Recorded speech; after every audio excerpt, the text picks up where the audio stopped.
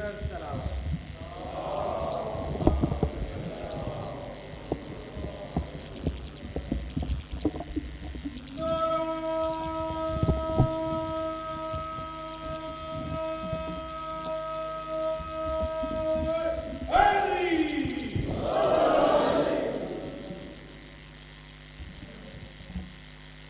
اللہ من قرأ الفاتحہ.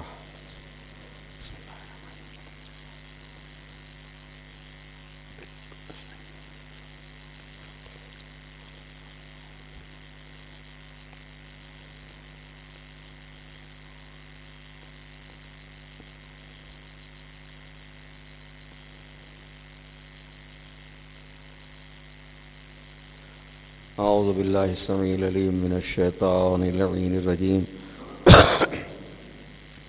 بسم اللہ الرحمن الرحیم.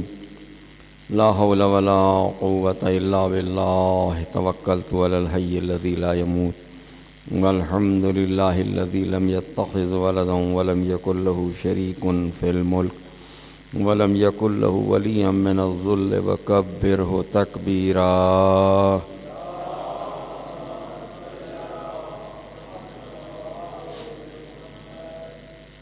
الصلاة والسلام على سید الانبیاء والمرسلین الذی ارسلہ بالحق بشیرا ونذیرا داعیا الی اللہ باذنہ وسراجا منیرا. مولانا و مقتدانا و سیدنا و ہادینا ابو القاسم محمد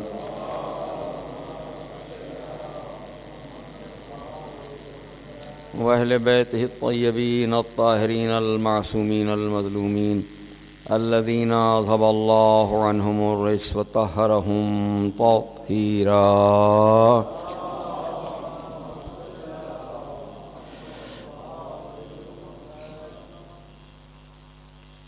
أما بعد فقد قال رسول الله صلى الله عليه وآله وسلم حسين مني وأنا من الحسين صلوات محمد وآله.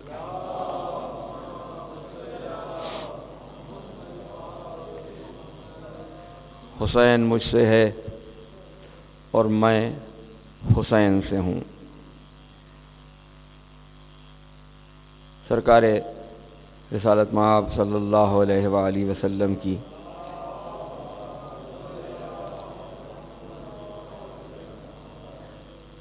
اپنے دل بند کے بارے میں یہ حدیث ہمیں اور آپ کو یہ غور و فکر کے لیے ایک میدان فراہم کرتی ہے کہ پیغمبر کونین نے جس منیت کا اعلان فرمایا ہے وہ منیت ہے کیا. اور اس کے ذیل میں ہم نے گزشتہ مجالس میں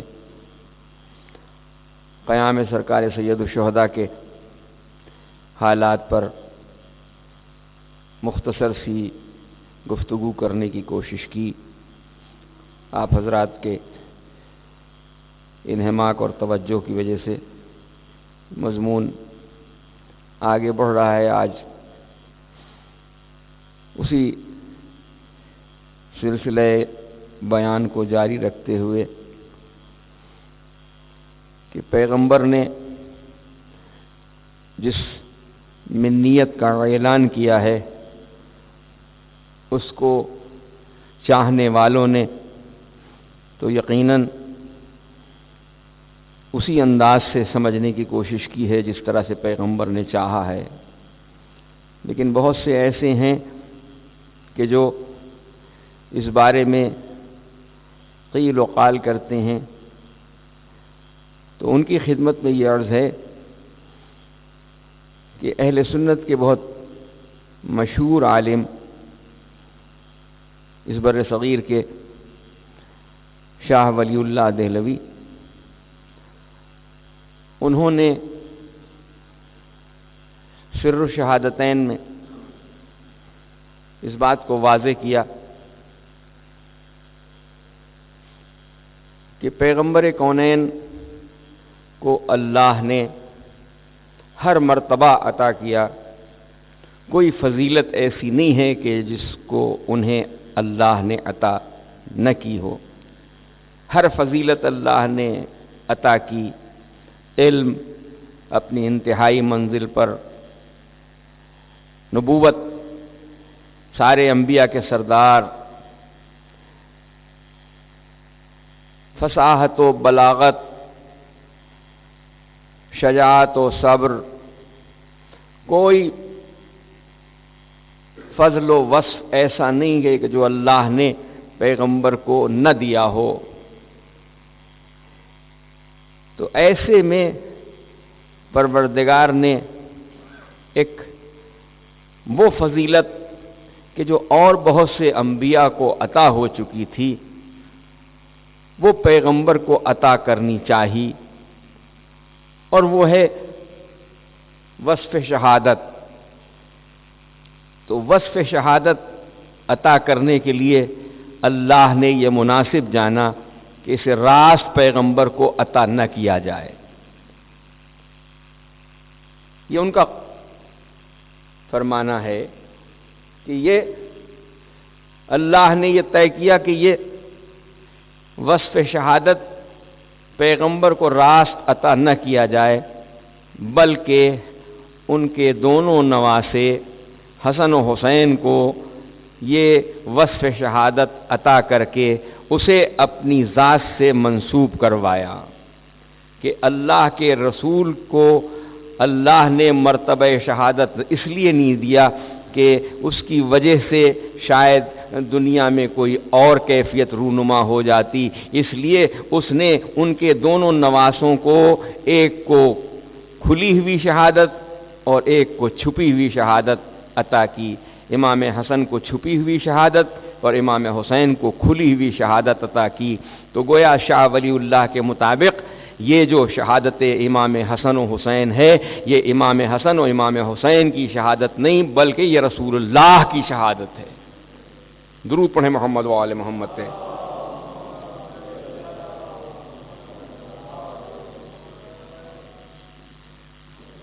تو اب کم از کم اس منیت کے معنی تو سمجھ لینا چاہیے کہ شاہ ولی اللہ کہہ رہے ہیں کہ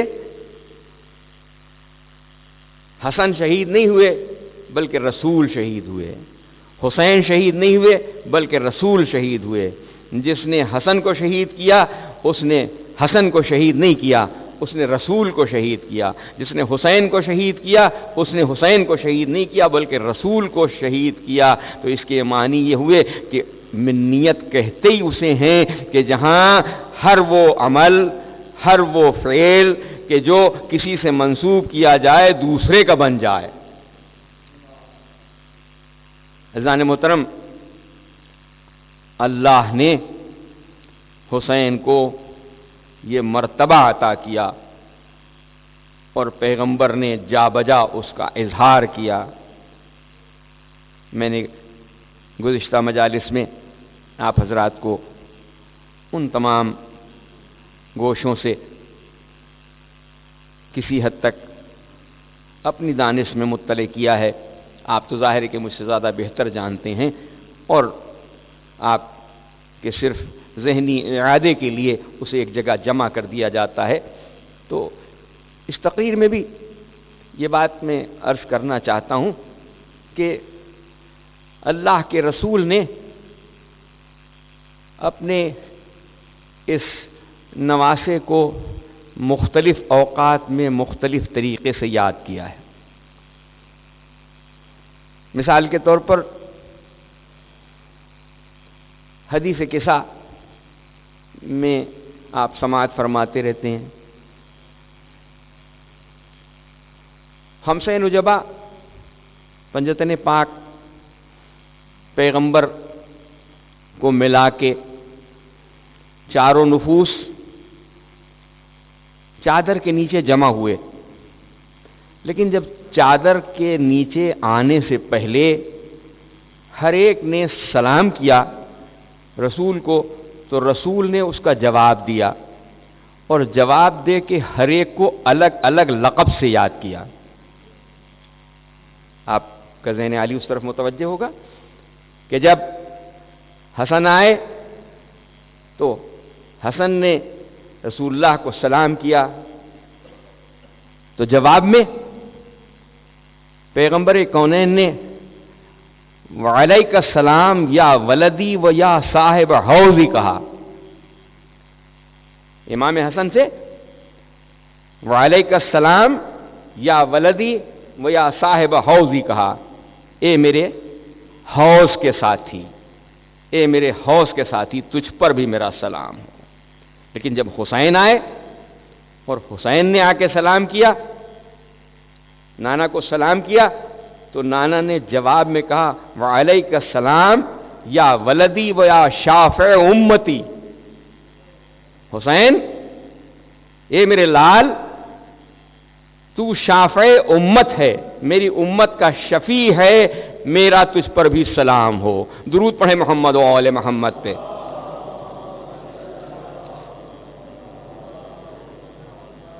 تو یہ زبان رسالت سے یہ مرتبہ دانی بتاتی ہے کہ پیغمبر اس مرتبے کو دنیا کے سامنے پیش کرنا چاہتے ہیں کہ میرا یہ نواسا یہ شفیع امت ہے، یہ شافع امت ہے، یہ امت کے گنہگاروں کو بخشوانے کا ذریعہ ہے.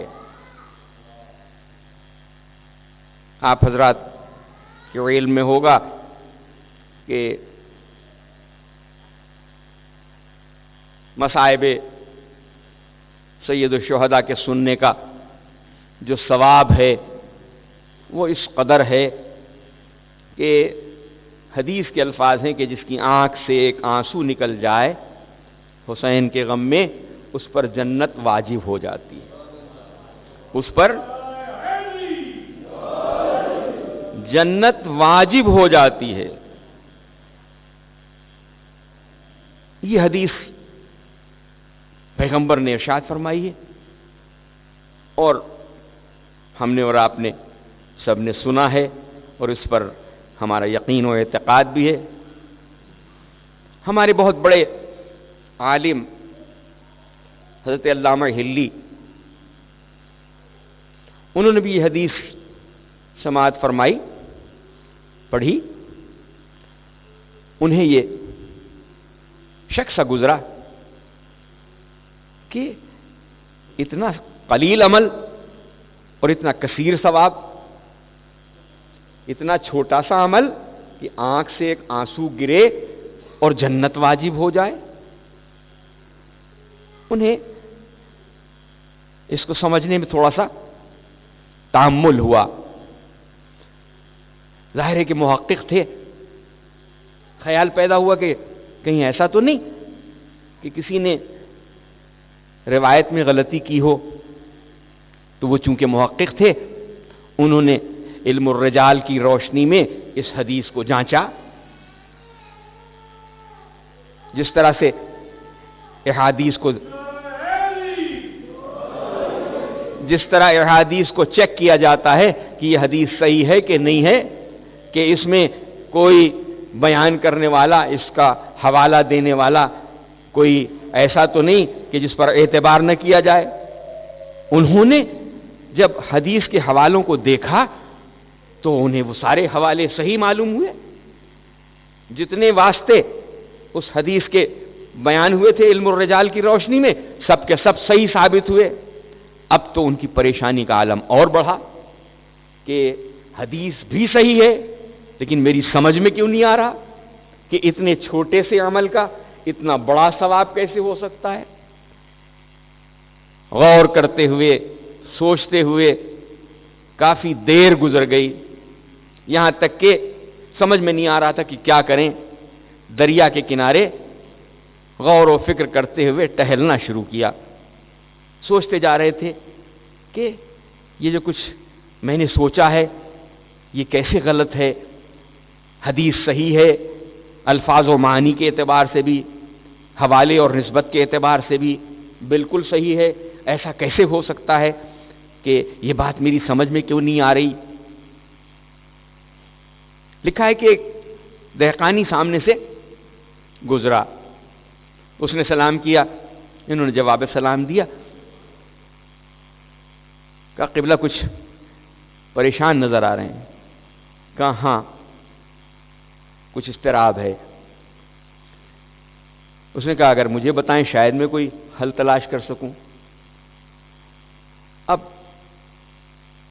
میرے جیسا کوئی ہوتا تو کہہ دیتا کہ ظاہر کہ میں اخلاق کی اس منزل پہ تو نہیں ہوں، میں تو سیدھا سیدھا کہہ دیتا کہ بھائی جاؤ تمہارا کام نہیں ہے، یہ بڑے بڑے کے غور و فکر کرنے کی باتیں ہیں، جاؤ اپنا کام کرو۔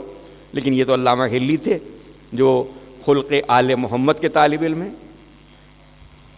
انہوں نے کہا کہ بھائی مسئلہ کچھ ایسا ہے کہ میری سمجھ میں نہیں آ رہا کہ میں کس سے پوچھوں، کیا کروں۔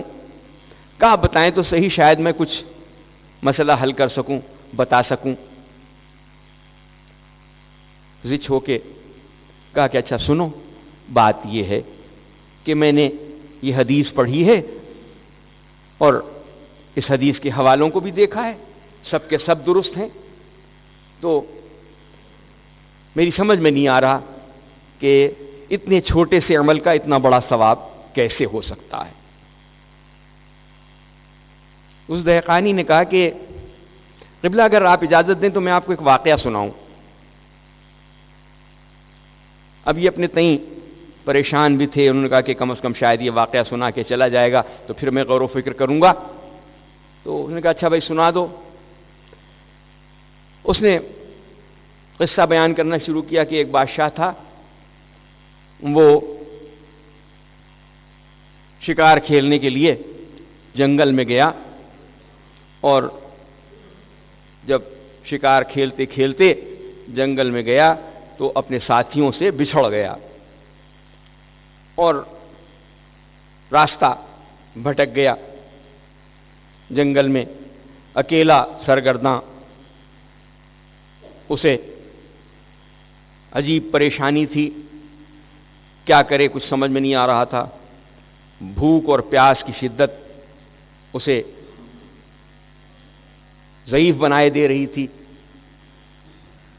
ایسے میں اسے ایک جھونپڑی نظر آئی، اس جھونپڑی کے دروازے پر کھڑے ہو کے اس نے پکارا کہ کوئی ہے؟ ایک ضعیفہ باہر نکلی۔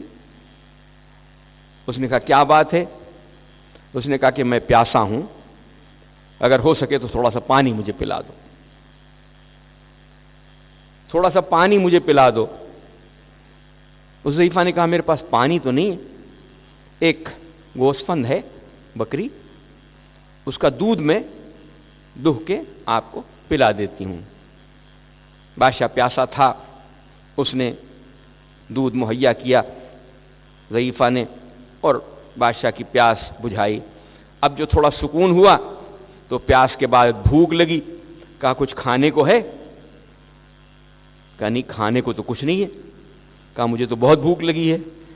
کہا چونکہ ہمارے قبیلے میں کوئی مہمان آ جاتا ہے تو اسے خالی نہیں لوٹایا جاتا، میرے پاس مال دنیا سے کچھ نہیں ہے، صرف یہی ایک بکری ہے، تو چونکہ تو بھوکا ہے اس لیے میں اسے ذبح کر کے تیرے لیے کھانے کا انتظام کرتی ہوں۔ اس نے روکا لیکن وہ نہیں مانی، اس نے کہا نہیں میری یہ حمیت گوارا نہیں کرتی کہ تو بھوکا چلا جائے یہاں سے۔ اس نے اسے ذبح کیا اور ذبح کر کے اس بادشاہ کے لیے کھانا تیار کیا اور اسے کھانا کھلایا۔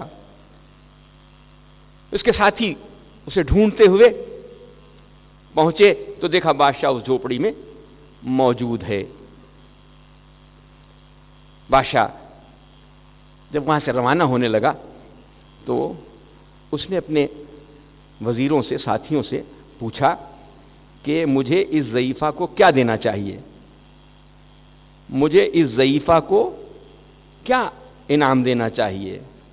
کسی نے اپنی دانش کے مطابق کچھ رقم کا نام لیا، کسی نے کہا سونا دے دیجئے، کسی نے کہا چاندی دے دیجئے، لیکن ایک سب سے زیادہ فراست مآب وزیر تھا، اس نے کہا کہ امیر دیکھ تیری جان بچانے کا یہ ضعیفہ باعث ہوئی ہے، اگر یہ نہ ہوتی تو تیری جان چلی جاتی، اور پھر یہ بھی دیکھ کہ اس نے اپنا سارا اثاثہ، اپنی زندگی کا سارا اثاثہ تیرے اوپر سے نچھاور کر دیا، تو اب اگر تو اپنی پوری بادشاہی بھی اسے دے دے تو وہ کم ہے، اس لیے کہ تیری جان بچانے میں اس نے اپنے پاس کچھ نہیں رکھا۔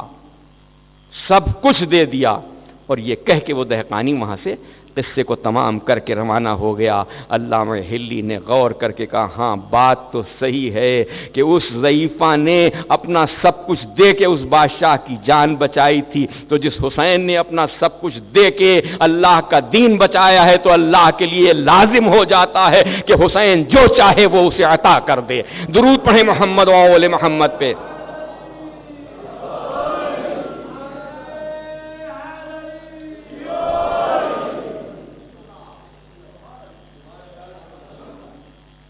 رسول اللہ نے جواب سلام دیتے ہوئے حدیث کے سامنے کہا وعلیک السلام یا شافع امتی، اے میری امت کے شفیع تم پر بھی میرا سلام ہو۔ اب یہ سند بن گئی، اللہ کا رسول جسے شافع امتی کہے وہ حسین جسے چاہے بخشوا لے گا۔ اب یہ بے عملی کی ترغیب نہیں ہے، حسینی بن جانا چاہیے، حسینی بن کے حسین کی شفاعت کے منتظر ہونا چاہیے۔ ہم سب گنہگار، ہم سب سے خطائیں ہوتی ہیں، ہم سب سے غلطیاں ہوتی ہیں، لیکن جب ہم بارگاہ حسینی میں سر جھکا دیتے ہیں تو ان سے یہی دعا کرتے ہیں اے مولا ہم آپ کے کہلاتے تو ہیں لیکن ہمیں آپ کے جیسا ہو جانا چاہیے، ہمیں آپ کا جیسا حسینی ہو جانا چاہیے۔ ارباب نظر، کسی بہت بڑے مغربی دنیا کے مفکر کا قول ہے، نام مجھے یاد نہیں، اس نے کہا کہ انسان کی بہت بڑی بڑی بڑائیاں ہوتی ہیں، عظمتیں ہوتی ہیں، لیکن سب سے بڑی انسان کی بڑائی یہ ہے کہ وہ معاشرے کو اپنے جیسا ایک انسان فراہم کر سکے۔ ایک انسان اپنے جیسا فراہم کر سکے معاشرے کو، یہ انسان کی سب سے بڑی خوبی ہے۔ سب سے بڑی خوبی یہ ہے کہ اپنے جیسا ایک انسان معاشرے کو فراہم کر سکے کہ تم میں جتنی خوبیاں ہیں، تم میں جتنی خوبیاں اللہ نے دی ہیں، وہ تم کسی ایسے انسان کو تیار کرنے میں کامیاب ہو جاؤ کہ وہ ان خوبیوں کا عکس نظر آنے لگے، وہ ان خوبیوں کا مظہر نظر آنے لگے، تو یہ انسان کی سب سے بڑی خوبی ہے۔ اس مفکر نے یہ ہمیں آئیڈیا دیا ہے کہ اگر ایک انسان اپنی بڑائی کو منوانا چاہتا ہے، اپنی خوبی کو منوانا چاہتا ہے تو معاشرے کو اپنے جیسا ایک انسان دے دے۔ حسین تیری عظمت کو ہمارا سلام ہو کہ تو نے اپنے جیسا ایک نہیں، تو نے 72 حسین فراہم کر دیے،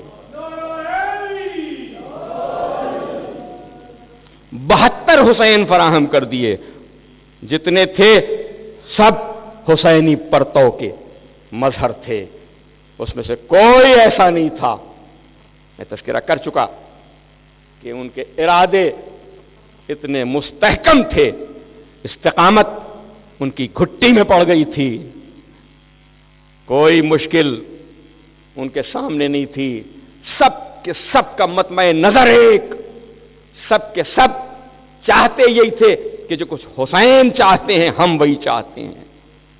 پوری تاریخ کربلا کا مطالعہ کر لیجئے، آپ کو کہیں نہیں ملے گا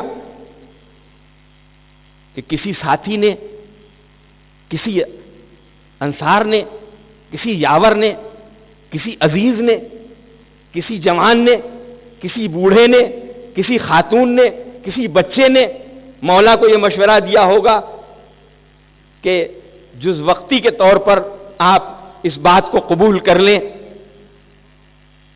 فوج مخالف آپ سے بیعت کا مطالبہ کر رہی ہے، اب اس وقت کو ٹالنے کے لیے آپ کم از کم فی الوقت اس کو قبول کر لیں، بعد میں دیکھا جائے گا۔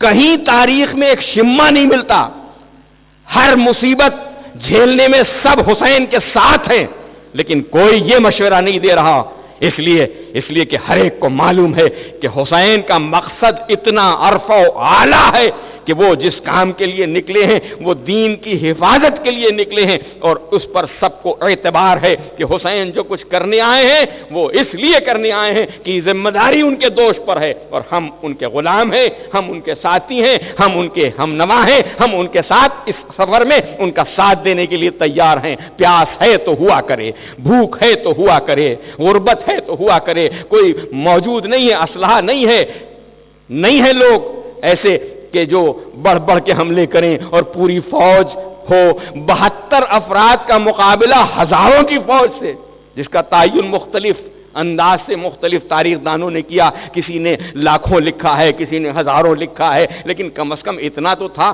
کہ کئی گنا فوج تھی۔ اس سے کوئی خائف ہو کے پیچھے ہٹ جاتا نہیں، ہر ایک یہی کہہ رہا تھا، بلکہ اس قربانی کو اپنے اندر ایسے سمو رہا تھا کہ ہر ایک یہ چاہتا تھا کہ صبر کی اس منزل میں اپنے جوہر دکھانے میں کامیاب ہو جائے۔ حضرت عابس اپنے غلام سے سوال کرتے ہیں، کیا ارادہ ہے تیرا؟ اس نے کہا، آقا میں چاہتا ہوں کہ حسین کے قدموں پر سے جنگ کرتے ہوئے شہید ہو جاؤں۔ جناب عابس نے دعا دی، خدا تیری تمنا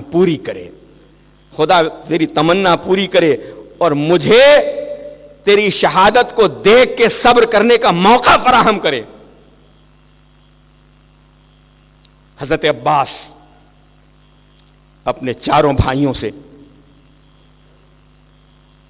یہ کہتے ہوئے پائے گئے، جاؤ، جا کے آقا کے قدموں پر سے نثار ہو جاؤ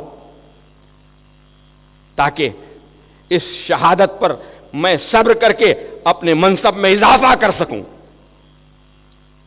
یہ وہ صبر و استقامت تھی کہ جو حسین نے ان کے ذہنوں میں رچا بسا دی تھی۔ بیویاں عموماً رقیق القلب ہوتی ہیں، عورتیں مصیبت سے گھبرا جاتی ہیں، مصیبت سے گھبرا جانے والی عورتیں ہوا کرتی ہیں۔ حسین اہل حرم کو لائے تھے ساتھ میں، لیکن کیا کہنے ان عورتوں کے کہ جو مصیبت میں گھبراتی نہیں تھیں۔ عبداللہ ابن وہب کلبی کی زوجہ نے جب وہب کو روانہ کیا تو یہ کہہ کے روانہ کیا کہ تم جنت میں جا رہے ہو، پیچھے میں بھی آ رہی ہوں، میرا ساتھ نہ چھوڑنا، مجھے لیے ہوئے بغیر جنت میں نہ جانا۔ اور جب وہب کلبی میدان میں گئے اور میدان میں جا کے انہوں نے وغا شروع کی، حملے کرنے شروع کیے، تو مومنہ ہمت بڑھانے کے لیے باہر نکل آئی، خیمے سے باہر نکل آئی، اور ہمت بڑھاتے بڑھاتے ایک دفعہ جوش و ولولہ اتنا بڑھا کہ ایک گرز اٹھا کے اس نے ملائن پہ حملہ کرنا شروع کر دیا۔ وہب کلبی نے لڑتے لڑتے اپنی زوجہ کو دیکھا تو عجیب سا خیال دل میں آیا، فرزند رسول کو پکار کے کہا، مولا اس کو خیمے میں بھیج دیجئے۔ گویا حسین جانتے ہیں کہ یہ معاملہ حمیت کا ہے، اس لیے حسین نے مومنہ کو سمجھا بجھا کے بھیج دیا کہ عورتوں پہ جہاد ساقط ہے، میرے کہنے سے تو خیمے میں چلی جا۔ امام کے حکم کی اطاعت میں وہ واپس چلی گئی، لیکن جذبہ دیکھیے کہ عورتیں جنہیں رقیق القلب کہا جاتا ہے وہ آقا پر سے اپنے آپ کو نچھاور کرنے کے لیے تیار، ہر ایک اس بات پر تیار کہ جو چاہتا ہے، اس لیے کہ جو بات میں نے کہی ہے وہ سچ ثابت ہوتی ہے کہ اس میں سے ہر ایک حسین بنا ہوا تھا، ہر ایک اپنے آپ کو حسین کا پرتو قرار دے رہا تھا، چاہے وہ مرد ہو، چاہے وہ عورت ہو، چاہے بچے ہوں، چاہے وہ بڑے ہوں، چاہے ضعیف ہوں، چاہے جوان ہوں، چاہے وہ انصار ہوں، چاہے وہ اصحاب ہوں، چاہے وہ مدینے والے ہوں، چاہے وہ کوفے والے ہوں، چاہے وہ وہاں سے ساتھ آئے ہیں یا یہاں سے ساتھ ہو گئے، سب کا مطمع نظر ایک، سب کا مقصد ایک۔ حسین نے ترتیب مقرر کی، اس لیے کہ جنگ میں ترتیب کی بڑی اہمیت ہوا کرتی ہے۔ ترتیب کی بڑی اہمیت ہوا کرتی ہے، لیکن ایثار بھی پیش نگاہ ہے، اور ایثار کے معنی یہ ہیں کہ خود اس قربانی کا حصہ بنا جائے، جو قربانی دیتا ہے وہ ایثار کرتا ہے۔ پیغمبر کونین کے زمانے میں جتنی جنگیں ہوئیں اس میں پیغمبر کونین کے بارے میں لکھا ہے کہ ترتیب فوج جب کرتے تھے تو اپنے اعزاء کو آگے رکھتے تھے، بنی ہاشم کے جوان آگے ہوتے تھے، ہمیشہ بڑھ بڑھ کے حملے کرنے والے بنی ہاشم کے جوان ہوتے تھے۔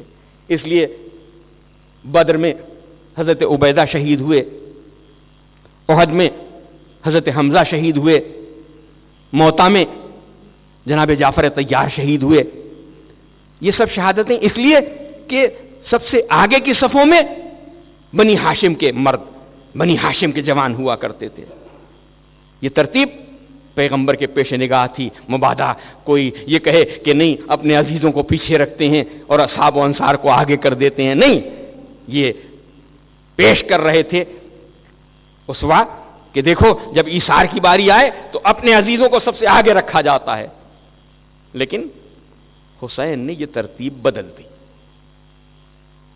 امام حسین نے یہ ترتیب بدل دی۔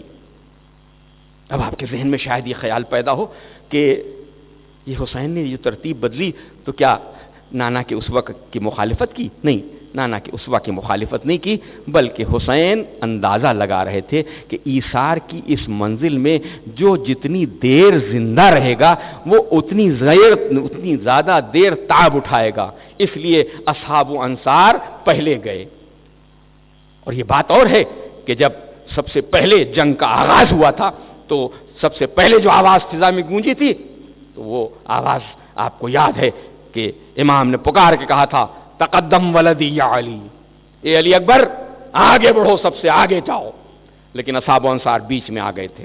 اصحاب و انصار نے کہا نہیں آقا ایسا نہیں ہو سکتا، ہمارے ہوتے ہوئے شہزادہ میدان میں نہیں جا سکتا۔ تو امام حسین نے اس ترتیب کو اس لیے بدلا کہ جو جتنی دیر رہے گا وہاں پیغمبر کونین کے پاس جو لوگ جنگ کرنے جاتے تھے اس میں سے کوئی غازی ہوتا تھا، کوئی شہید ہو جاتا تھا، کوئی غازی ہوتا تھا، کوئی شہید ہو جاتا تھا۔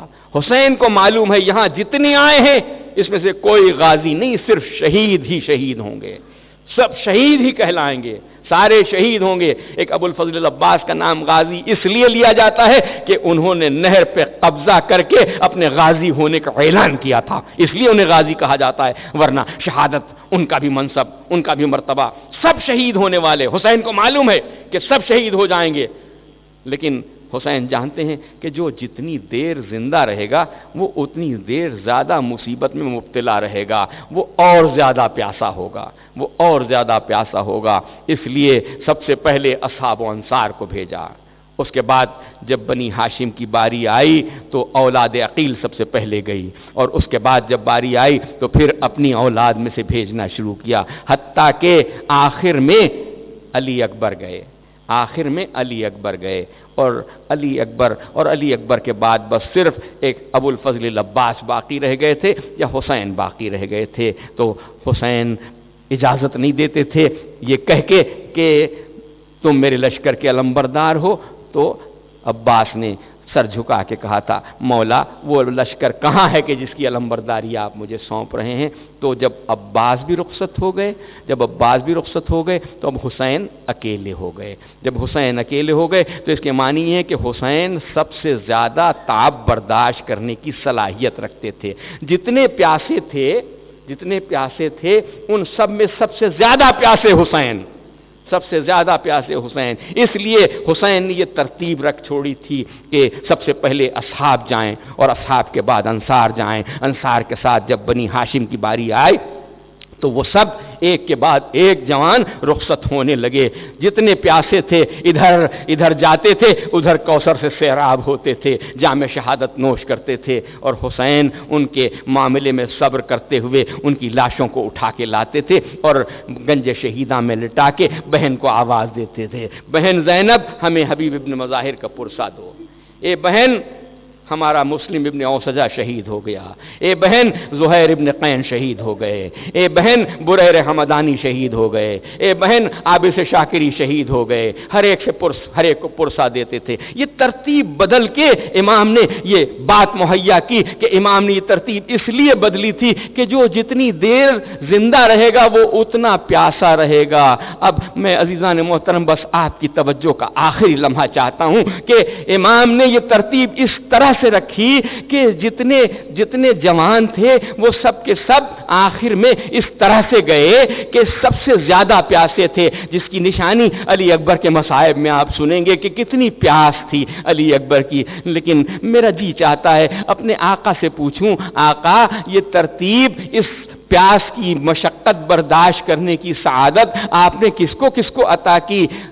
عباس کو، علی اکبر کو، اون محمد کو، قاسم ابن حسن کو؟ نہیں، سب سے زیادہ مشقت جس نے پیاس کی برداشت کی اس کا نام ہے علی اصغر، اس کا نام ہے علی اصغر، اس لیے کہ علی اصغر اور امام کے درمیان اب کوئی اور شہید نہیں ہے، علی اصغر اور امام کے درمیان کوئی اور شہید نہیں ہے۔ وہ شہزادہ کہ جو جب مدینے سے چلا تھا تو صرف 1 مہینے کا تھا، صرف 1 مہینے کا تھا، جب کربلا پہنچا تو 6 مہینے کا، جب کربلا پہنچا تو 6 مہینے کا۔ رباب شب عاشور اپنے لال کا جھولا جھلاتے ہوئے آنکھوں میں آنسو بھر کے یہ کہہ رہی تھیں،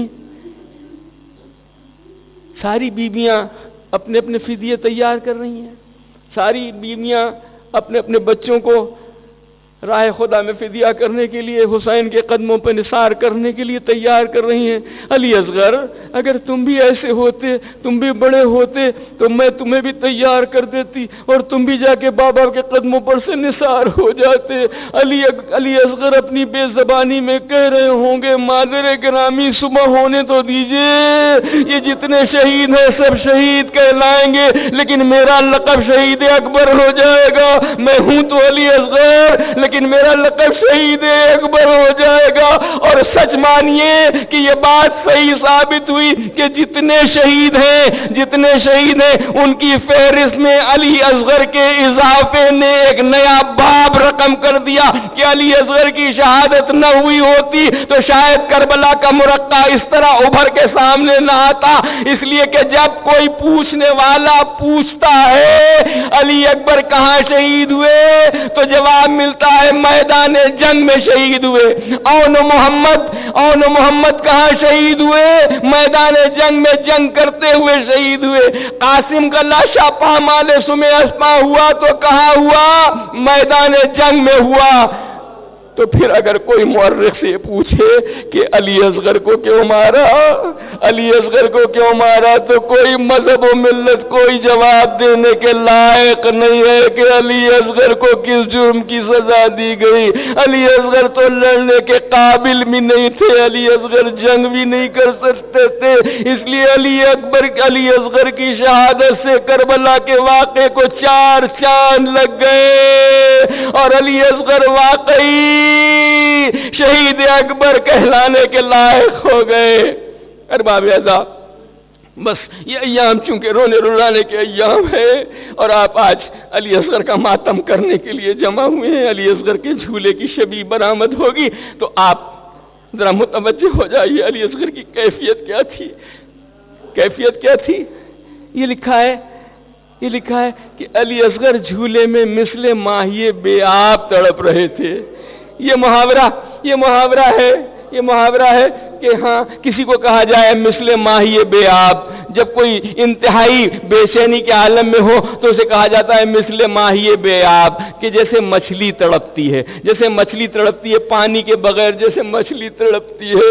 علی اصغر کا حال بھی کچھ اسی طریقے سے لکھا تھا کہ جھولے میں عالم یہ تھا کہ پیاس کی اتنی شدت تھی کہ ایڑیاں رگڑتے تھے اور جب پیاس بہت زیادہ بڑھ جاتی تھی تو واقعی یہ مثل سامنے آ جاتی تھی کہ جیسے مچھلی جب پیاس کی شدت بغیر پانی پانی کی اس پہ زیادہ تاری ہوتی ہے تو وہ آہستہ آہستہ اپنے منہ کو کھولتی ہے اور بند کر لیتی ہے۔ علی اصغر کا عالم بھی یہی تھا کہ علی اصغر کبھی منہ کھولتے تھے اور کبھی منہ بند کر لیتے تھے۔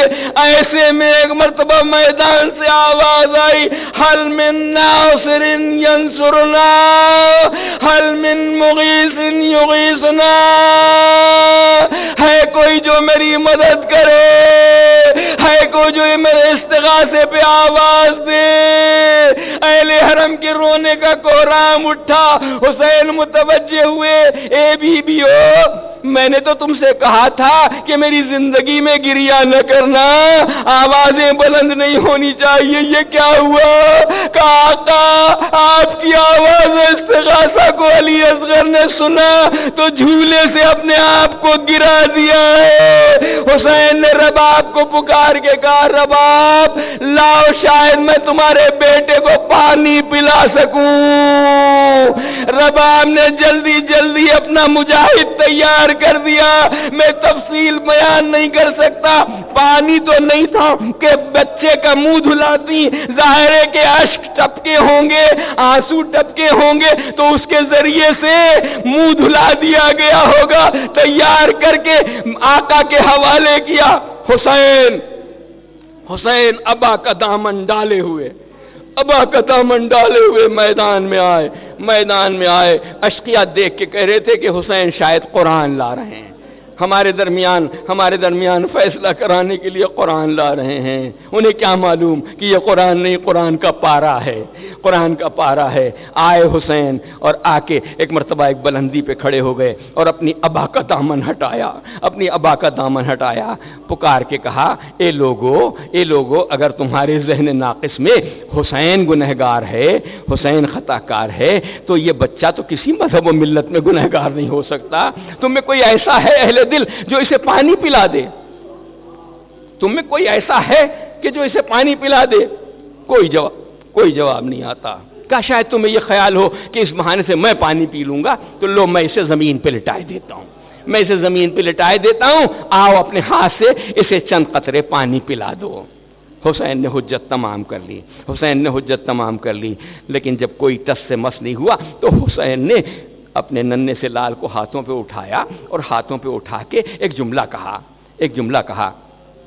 اے میرے لال، باپ تو اپنی حجت تمام کر چکا، اے حجت خدا کے فرزند تم بھی اپنی حجت تمام کرو۔ بس آقا کا حکم سننا تھا کہ ایک مرتبہ سوکھی ہوئی زبان دہن سے باہر آئی علی اصغر کی اور خشک ہونٹوں پہ پھری تو وہ حربہ ایسا بنا کہ اس سے پہلے کبھی کسی حربے نے کام نہیں کیا تھا۔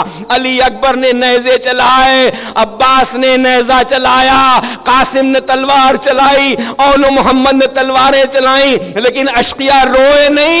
علی اصغر نے زبان نکالی تو اشقیاء منہ پھرا کے رونے لگے۔ عمر سعد پریشان ہو گیا، ایک مرتبہ ہرملہ کو آواز دی، اقطع کلام الحسین، کلام حسین کو قطع کر دے۔ بصر باب اعظم میں آپ کی زحمتوں کو تمام کر رہا ہوں۔ اس نے 2 ٹانک کی کمان بازو سے اتاری، چلے سے تیر جوڑا، تیرے سے شعبہ جوڑ کے اس نے ایک مرتبہ نشانہ لیا، علی اصغر کا نشانہ لیا، علی اصغر کے گلو کا نشانہ لیا اور سنسناتا ہوا تیر جو چلا تو میر انیس اللہ مقامہ کو کہنا پڑا کہ تیرے سے شعبہ پار جو گردن سے ہو گیا، تیرے سے شعبہ پار جو گردن سے ہو گیا، فرزند فاطمہ کا جگر سن سے ہو گیا۔ علی اصغر باپ کے ہاتھوں پہ مسکرائے اور کسی شاعر نے اپنے جذبات کی عکاسی کی کہ تیر کھا کر تو مسکرائے تھے، باپ رویا تو مر گئے اصغر، تیر کھا کر تو مسکرائے تھے، باپ رویا تو مر گئے اصغر۔ علی اصغر کی میت کو ہاتھوں پہ لیے ہوئے حسین خیمے کی جانب جا رہے ہیں، خیمے کی جانب جا رہے ہیں، بار بار آگے بڑھتے ہیں، بار بار پیچھے ہٹ جاتے ہیں، زبان پہ جملہ ہو انا للہ و انا الیہ راجعون رضا بقضائہ و تسلیما لامرہ۔ بار بار آگے بڑھتے ہیں، بار بار پیچھے ہٹ جاتے ہیں۔ ایسے میں جب خیمے کا پردہ سامنے آ گیا تو دیکھا کوئی خیمے کے پیچھے کھڑا ہوا ہے، سمجھ گئے یہ کوئی اور نہیں، اصغر کی ماں رباب انتظار کر رہی ہے۔ رباب کو پکار کے کہا، رباب میں کون ہوں، میں کون ہوں؟ تو ایک مرتبہ رباب نے جواب دیا، آقا آپ امام ہیں، آپ کی اطاعت ہم پر فرض ہے۔ کہا میں جو کچھ کہوں گا وہ مانے گی؟ کہا ہاں ضرور مانوں گی۔ کہا میں علی اصغر کے معاملے میں تجھے صبر کی تلقین کرتا ہوں۔ یہ کہہ کے ابا کا دامن اٹھایا، بی بی کی زبان سے ایک جملہ نکلا، اے میرے لال، اے علی اصغر، کیا تیری عمر کے بچے بھی نہر کیے جاتے ہیں؟ علی اصغر کا جھولا تاراجی خیام میں جل گیا تھا، لیکن خوشا بحال ان محبوں کا جو علی اصغر کے جھولے کی شبیہ بنا کے آپ کو زیارت کرواتے ہیں۔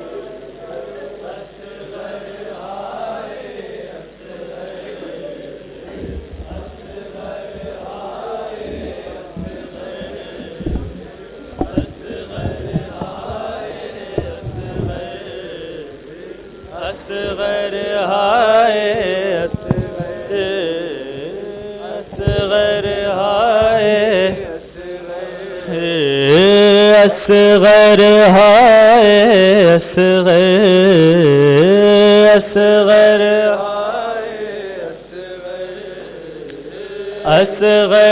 ہائے اصغر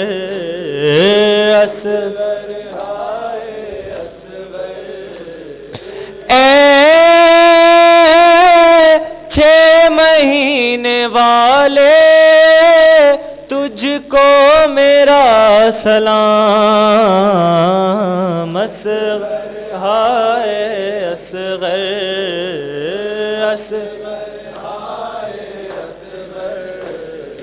اے